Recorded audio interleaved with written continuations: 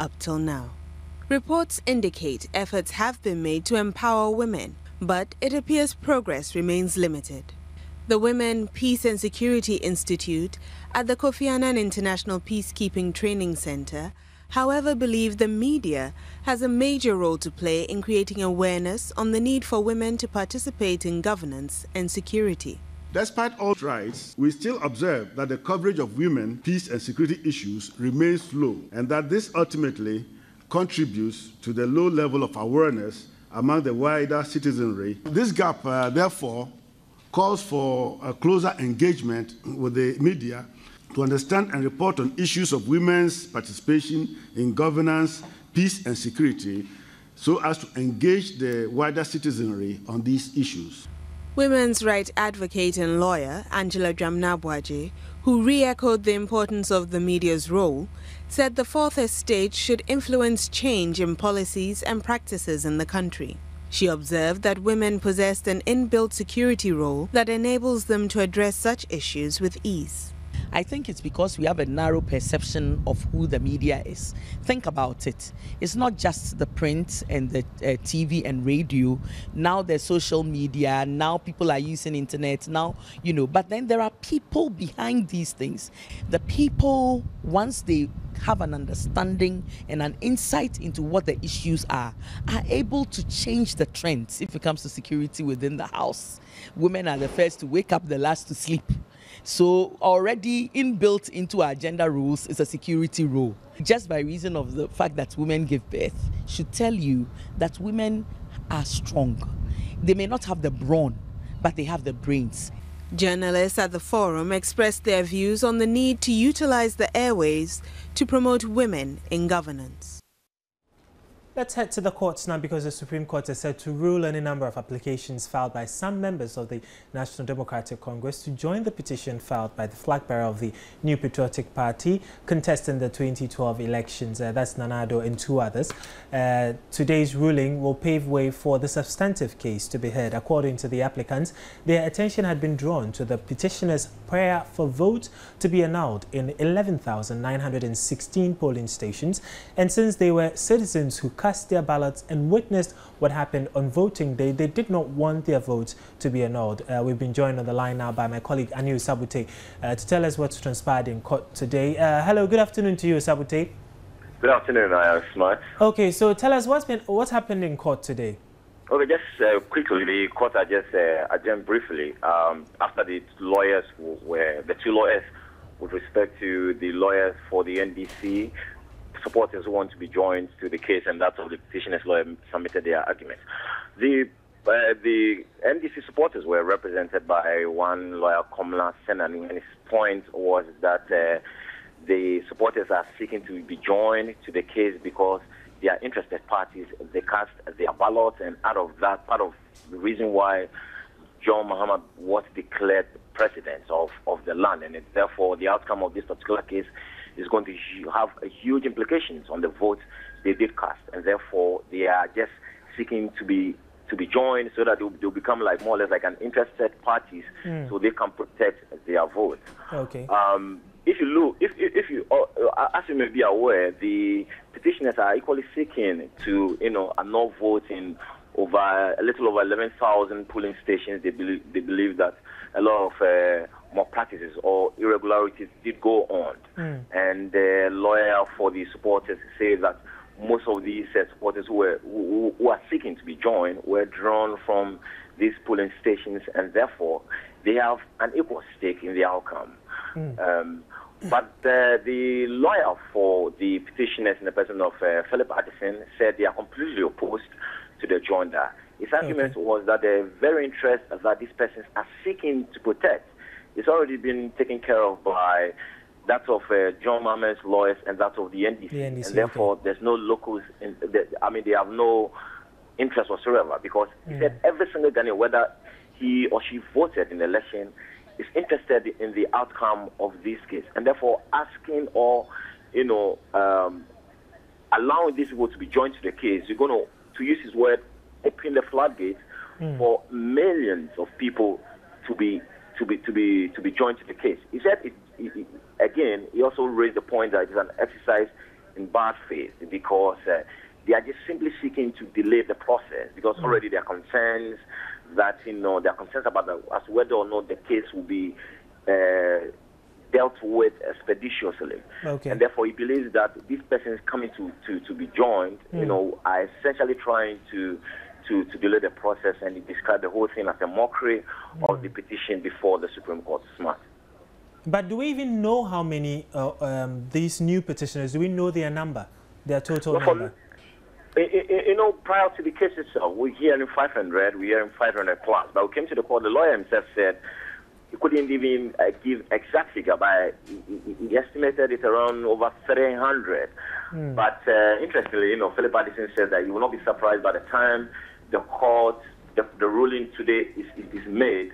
You will not be surprised that even as of the time that he was still on the floor arguing his opposition to the joinder, to the application for these supporters to be joined, a lot more party supporters will be filing applications to be joined to the case. So, he's looking at a situation where the numbers could go up. Okay. But for now, they are in a little over 300 supporters who want to be joined to the case. Okay. Finally, you said the court has adjourned, but are we sure of a ruling on their particular matter today?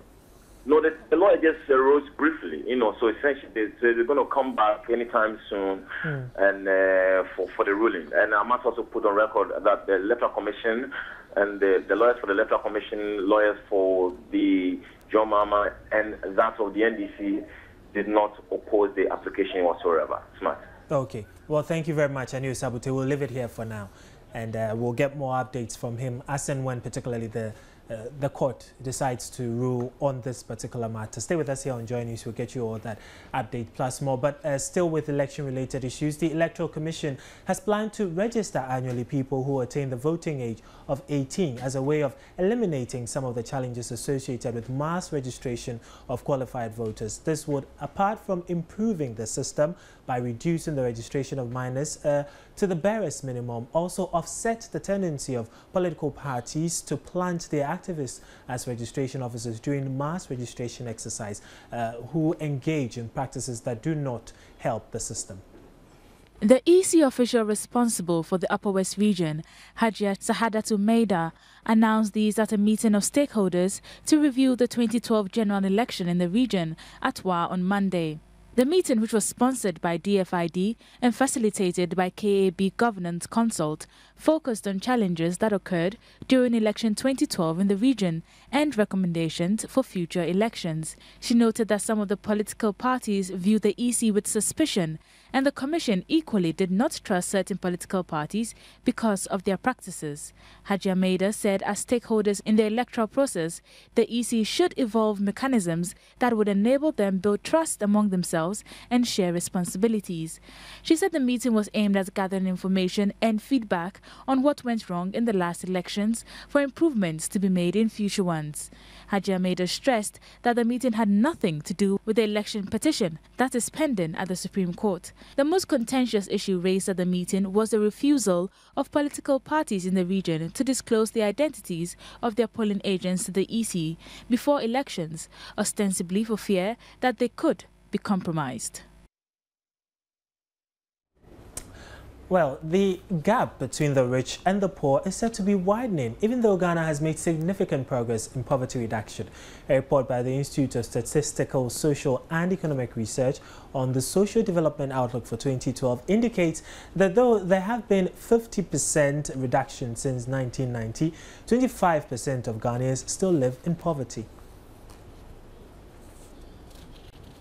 The report indicated that for education, there have been an improvement in enrollment, but there are still concerns about the quality, equity, access and illiteracy rate. In health, there is a 33.4% active NHIS coverage, while 10 physicians are serving 1,000 patients. With employment, the report said unemployment and precarious work is a threat to social development, as the labor markets were absorbing only 20% of young graduates with tertiary education, while 8.2% of women form the formal sector employees, compared to 25% of men and 24% of children who are engaged in the worst form of child labor. Housing deficits are seriously at the low end, creating urban slums with endemic problems, which are becoming difficult to resolve. 30 to 35% estimated housing needs remain unfulfilled annually. Land tenure insecurity are hindering rural livelihood and rural development. The report further indicated that energy supply is inadequate for Ghana's growing economy, though 66% of households have access to electricity and 44.5% live in one-room dwelling. In terms of population, the report showed the nation has a youthful population and an aging bulge and advised that attention is paid to both sides of the population. The three northern regions and rural areas have highest social development deficits, highest fertility rates and dependency ratios. This, according to the report, calls for rethink of social development policies, taking into account shared values of respect for human rights and social justice. Coordinator of ISE, Professor Joji Chikata, called for a revise in some of the policies. The multi-indicator survey tells you whether these people have nutrition, whether they are able to pay rent, their living conditions, and so on and so forth. And that way, you can understand better whether people actually are poor or not, rather than this artificial line of $1.25. So basically, that's what we are saying. Inflation is important. The growth of the economy is very important. But even more importantly is how the economy grows. So let's say the Ghanaian economy grew 12% last year, but it grew because we started producing oil. Now, that growth in oil production does not trickle down to everybody in the population. It does not tell us, for example, whether jobs have been created in agriculture or industry or manufacturing. No, we don't know that. Or what we know is that that growth has brought revenue from oil to us, hopefully, and we can use the revenue for something. But the quality of the growth, if, for example, the growth was in areas where a lot of people were employed, we can be sure that it will trickle more to more people because it will affect people's pay and so on and so forth. Chairman of the National Development Planning Commission, NDPC, and senior advisor to the President, Paul Victor Obeng, assured the report would be used efficiently. The effort began in the around 2007 thereabout, when 2006, 2007, when UNDP assisted the government of President Ekufuor to initiate that process. The process was incompleted, and it was abandoned before, almost abandoned before he left office because of other situations. What though we had to do was to validate what was done then and to see whether any updating was necessary. And indeed, some updating became necessary. That policy essentially dealt with macroeconomic growth and projections, the content for spatial growth, spatial development, and non-real sector but complementary growth activities were not fully covered. Researchers of social protection are optimistic the report would contribute to critical analysis of social policies and policy outcomes in three broad areas, that is quality of life, material conditions, and sustainability. Well, we certainly do hope that the presidency does take some action on this particular report, and then we'll get to see a closing of the gap, or if not eliminating it entirely, the gap between the rich and the poor in the country, because we need our citizens to participate actively in everything we do and to be an active citizen in society. One is expected to promote solidarity, community development, and good neighborliness. But many well-meaning Ghanaians are believed to be shying away from actively participating in discussions bordering on their community for fear of being tagged as belonging to one political party or the other. So in a country polarized by ethnic and tribal sentiments, how can one be a good citizen? Well, find out more in this report by Eric Curtis Howard. Active contribution to radio and TV talk shows by way of phone-ins during the mornings and sometimes in the afternoon does not make you an active citizen in society. It's partly a question of education and people getting the appropriate information on the issues that confront them and how and where they can address those issues.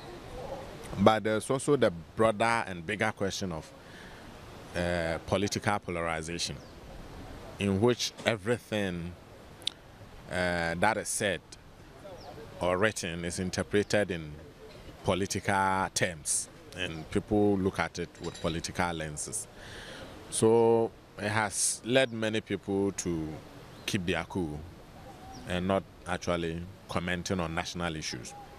So it has generated a whole series of apathy on the part of citizens who know, who have the information, but who are afraid of being tagged this or that. Talk is cheap, and the proliferation of radio stations across the country has made it easy for many to express their opinions about an issue, yet few take concrete measures to rectify the problem. A good citizen is expected to take an active role in society whilst promoting good neighborliness and community development. A good citizen does not wait for government to solve certain minute problems in his or her constituency. Na bua maya beye o man bapa eni se yankasa e be hu yedwumadie na yaye ne ye sempo ye ntena ho entwen se obi beye bibia maye ana se hu se bibi ekoso enya wankasa be hu se me ye o man bapa wo se me yankasa me kasa fa ho se ade we enye ana se bitu anamo fa ho se ade we enye esanze se wakasa wo tena ho atwen na obi abeyama anase obi na abeka ho asamacho semfie du na so obi mai na so obi meka sancho na chese tibia utimi senyempo a na tia na ote ho enti die betimi aye be ni sei yankasa ebe sore na ya boy aboso na etu anamon na utu anamon na ana ebi beboa. Human rights group Oxfam International believes whilst engaging policymakers on the need to respect the human rights of the citizenry, there is the need for members of society at the grassroots level to actively participate in governance and make their voices heard. Country Director of Oxfam International, Sebastian Tia, believes there is a need for Ghanaians to embrace change in order to conceptualize the idea of active citizenship and social movement from the grassroots to the national level. Change would happen only when they happen at the political level. And therefore the need for citizens to champion and lead and be able to engage effectively to bring about that change, but also delivering to... We do apologize for that little slip towards the end of the video, but it's now official. 0.7% of the total 12,000 metric tons of expired chemicals was used for treating water at the Wager treatment plant. The revelation was made by the Minister of Water Resources, Works and Housing, Alhaji Collins Dauda, on Wednesday when he made available the outcome of the committee which investigated the incident. Some aluminium sulfate, alum, imported from China by the Ghana Urban Water Company and Ghana Water Company to purify tap water expired last June, raising serious public health questions. The sector minister therefore inaugurated a 6-member committee last month chaired by Albert A. Ojiri, the immediate past president of the Ghana Institution of Engineers, to investigate the alleged importation of expired alum for water treatment. After its investigation, the committee recommended that 4 officials of the Ghana Water Company and Ghana Urban Water Company Limited should be interdicted for their roles in the matter. They are Dora A. Bona, Procurement Officer GUWL, David Youngson, Procurement Officer GWCL, Edwin Kwame V, Logistics Officer, and Evans Balara, Chief Manager, Water Quality Assurance GUWL. The committee, among others, observed that although at the time the alum entered the port of Tema, at the time they were cleared, they had expired. It was noted that even though the Ghana Standards Authority conducted analytical tests and declared the sample potent, in the opinion of the committee, the testing of the alleged expired alum by the Standards Authority is clearly not within the mandate of the authority. It further observed an independent chemist who spoke to the committee on the matter indicated that alum does not expire when stored well. It is also not poisonous or harmful when used to treat water. He explained further that when the potency goes down, quantity used may be increased without any harm to the body. The committee also recommended that further investigation is conducted by the Bureau of National Investigations, BNI, into circumstances that led to the undue delay in the clearance of the chemicals, as well as the rationale behind the testing of the alleged expired alum by the Ghana Standards Authority.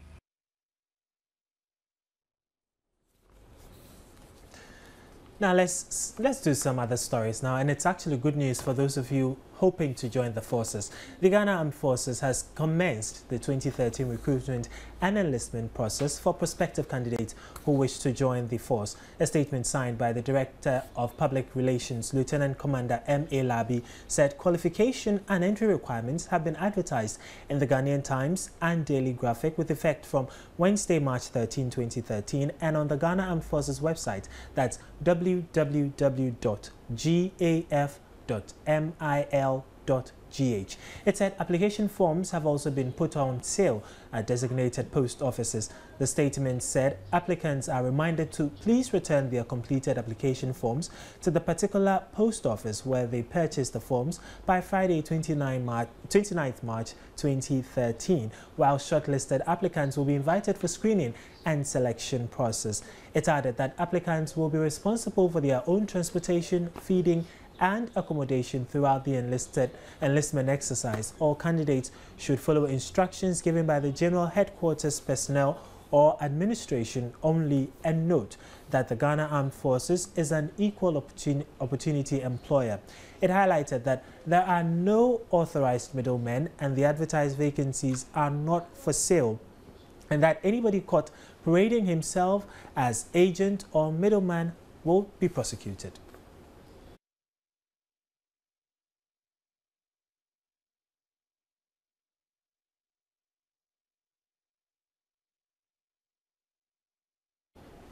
Okay, this is still the midday brief, and like you saw on the screens, if you do follow this process, you could end up one day being like this man, maybe a special force, you can never tell. But we're taking a quick break. When we return, we'll tell you more about the courtesy call that the Wassa chiefs paid on the chieftaincy minister. Stay with us, we'll be right back.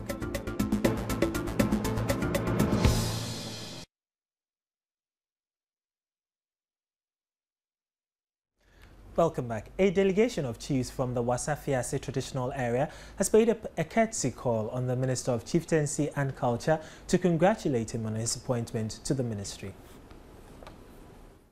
The group, led by the Omanhene of the Wassa Fiase traditional area, said they were excited about the news of Dr. Henry Seydou Dane's nomination by the President and his subsequent appointment to the Ministry of Chieftaincy and Culture.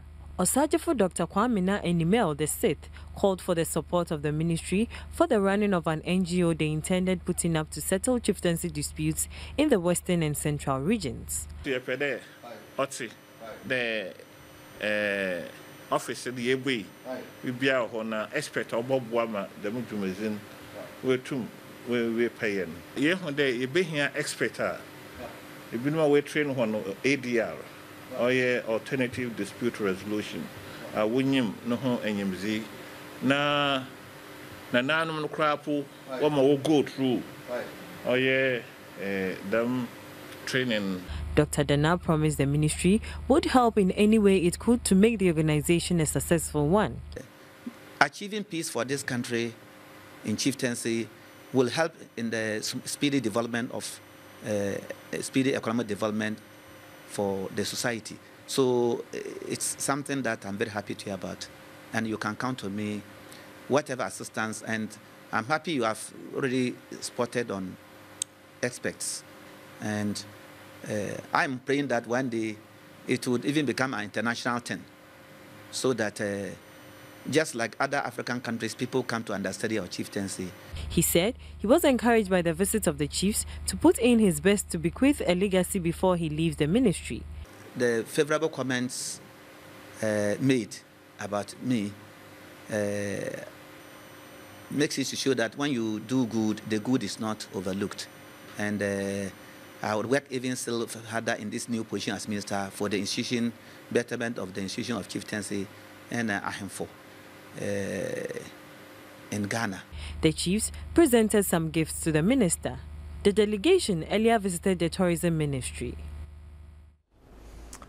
Well, Away from the chieftaincy institution, Ghana is no longer classified as hyper-endemic for malaria, as the country has made remarkable improvement in the control and prevention of the disease. This was made known by the program manager of the National Malaria Control Program, Dr. Constance Bat-Planche, at the launch of Preventing, another intervention to aid malaria.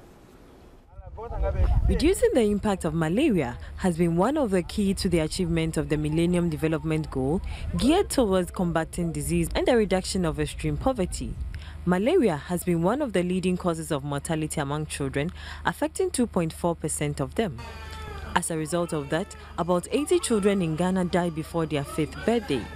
Reporting the investment in malaria control and financial support from government and non-governmental organization, Dr. Constance Bat-Planche noted there have been remarkable returns in the control of malaria in the country.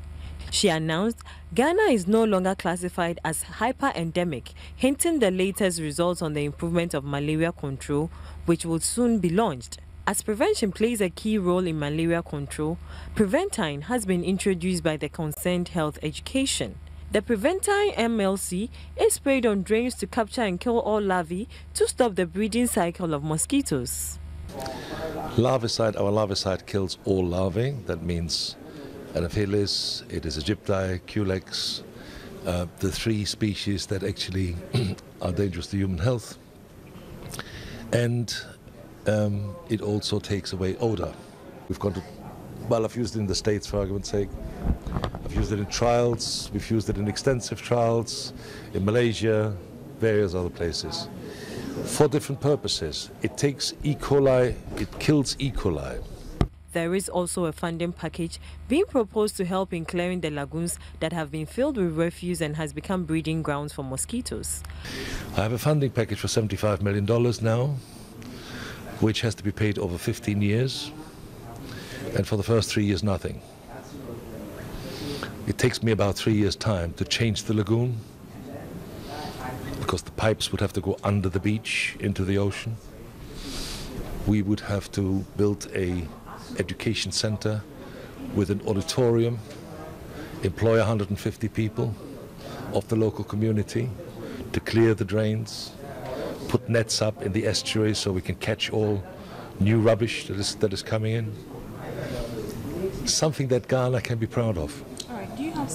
The program manager of the National Malaria Control Program, Dr. Constance Bat-Planche, applauded the new product as another means of prevention. It will control a lot of diseases, not only malaria. So it goes beyond malaria control. So diseases like malaria, elephantiasis, yellow fever will be tackled. In addition, you know, the filth and everything. I don't know whether it addresses houseflies. Does it? Yeah. So it means then that cholera, dysentery, trachoma, name them. The product has already been used on pilot basis on the Ekpeshi Lagoon, and when arrangements are completed, it would be used on a full scale on the same lagoon and perhaps others. Well, it's good to know that at least we are no longer hyper-endemic when it comes to malaria. That's some good news there. But away from that, and towards the Northern Coalition of Youth Groups in Tamale in the Northern Region have expressed their profound gratitude to President John Mahama for designating former Upper West Regional Minister Bede Ziding to the Northern Region as a substantive minister. In a joint press statement issued and signed by Mark Swala, the Mark Swala Youth Group 64 and Bench and King Zach Youth Group in Tamale. The group said the appointment of Bede Ziding is a decisive decision by the president because they know Bede Ziding to be a hard-working person as well as a unifier. The statement also said the appointment of Bede Ziding will cease all clamor over the choice of a Northern Regional Minister by some ethnic groups in the area. The groups therefore called on all citizens from the Northern Region to support Bede Ziding achieve the Better Ghana agenda promised by President Mahama. We take another break. We'll be right back. Stay with us. To some politics now, pressure group Ashanti Development Union says the CEO of the National Health Insurance Authority must resign immediately. The group says Sylvester Mensah has made a mess of the health insurance scheme and wants the president to sack him.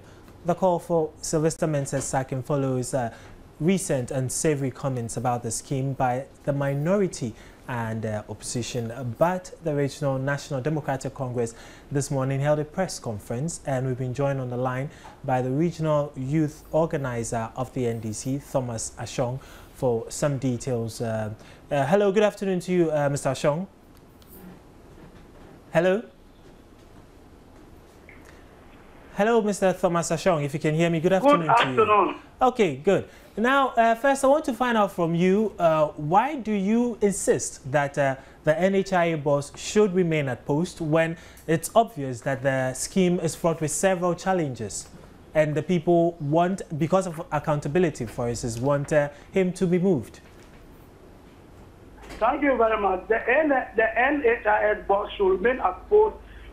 Simple reason that he has so much that transform the NHIS within the limited resources available to him. And as I would believe that those who want him out of office are some detractors who are only seeking for their selfish and parochial interests. And as the youth of the region, we see the NHIS boss as an inspirer, our mentor, and as said that we know he has done so well to the extent that we need to applaud him, rather reward him, rather than tarnish our one reputation and image as a youth and a vibrant in our country. Okay, it's all well and good that he is an inspirer to the youth in your community, but the fact of the matter remains that the NHIA as it stands now, or the scheme as it stands now, it's faced with so many challenges, and really, in spite of everything that it promised to be doing about it, the solution just doesn't seem to be fixing the problem. So isn't it just appropriate that they ask that someone else be given the opportunity to try to see if they can help put the scheme back on track? Thank you very much. The challenges in the NHIS today is not the making of Sylvester Mensah. It was he inherited all the challenges there as the CEO of the NHIS. But even, sorry to cut him, but even if he inherited them, he's been there for at least 4 years. He should have been able to correct some of them, at least. Yeah, that's what I'm coming to. He has tried to transform the place. He has really solved most of the challenges. And I said that there are some few, as human institutions, there will definitely be challenges. But the important thing is, when the challenges come up, the way in manner you manage the challenges or handle them is the most important thing. And that is exactly what FLAG is doing within the limited resources available to him. And do you think he's managing the problems well? Very, very well. Even in the wake of mission hospitals refusing to attend to patients with NHIS cards, and we are hearing that even some government hospitals are also threatening to withdraw services to NHIS card bearers? I can tell you most of these allegations that are around are false. They are untrue. There are some that are deliberately orchestrated to tarnish the image of the man because it's plugging most of the loopholes that some of them are able to get the tax money into their pockets. So are you then saying also, but are you also suggesting then that it is not true that the NHIS thus owes some of its service providers? Because these are the realities we are being faced with now, and you're saying that most of them are just allegations and they're just being concocted. Yes, but there may be a personal cases, one or two, as human institutions, they are bound to happen. But not on the scale, on the level that maybe some of them are trying to let us believe. And we know that most of them are people who are only fighting for their selfish and political interests. And after what they are saying, they cannot justify it. If they can justify it, they should justify it and come up with proofs for us all as a country, but not just to throw that in the eyes of people. Okay, we'll leave it here for now. Thank you very much, Thomas Ashong, for speaking to us. He and his group, the NDC youth group in the Ashanti region, believe that the NHIA boss, that's Sylvester Mensah, should be retained in spite of calls for him to be moved by the Ashanti Development Youth Group. But today on AM Biz, we spoke exclusively to Nabil Mukazel, Executive Chairman of the Finatrade Group. And for him, the business future of Ghana is bright. But to fully harness this potential, business structures must be simplified and practices across the sub-region harmonized to attract more foreign investors.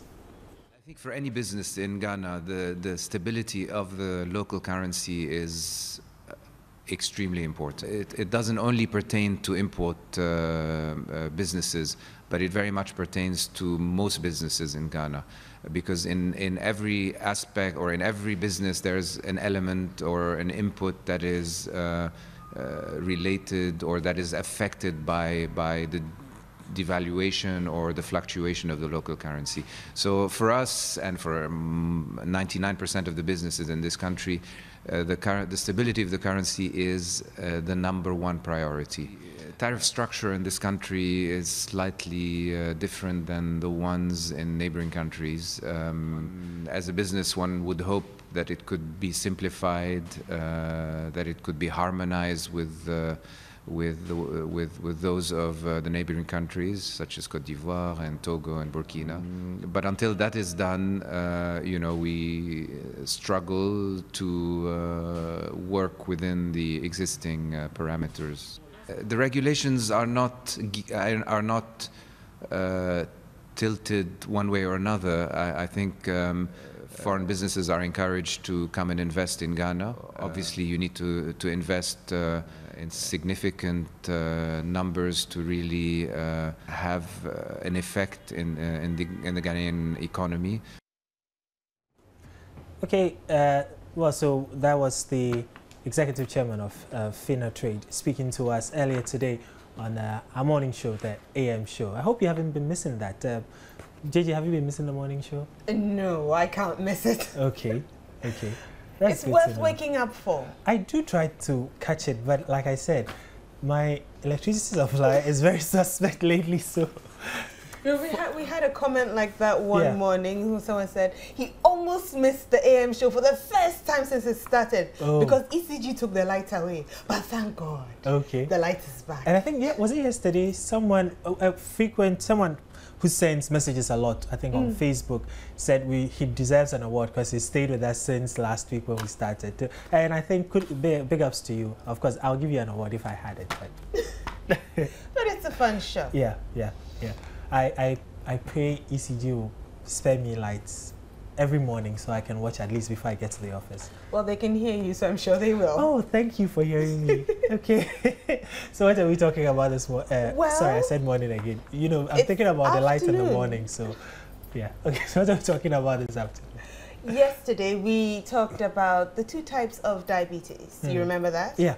Okay. Yeah. I'm a sharp student, please. I do remember that. You know, there's type 1 and then type 2 diabetes. So today we're looking at another part of the whole diabetes disease. No, okay. That's good to know. And probably you'll be telling us more about Pope Francis I also when we get to international. Okay. I've been monitoring it all night and this morning. Yeah. I see. Then you really should listen to our briefs. We have news for you. Okay. Now, today we're talking about the risk factors of diabetes on both genetics and medical levels. Find out your chances of becoming diabetic.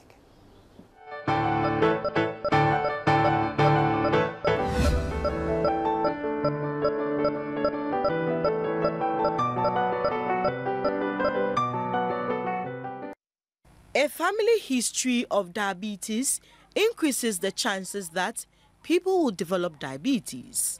The San Antonio Heart Study showed that the prevalence of diabetes among people who have first-degree relatives with diabetes or with high prevalence of diabetes is also thought to be a factor for higher rates of diabetes in Hispanics.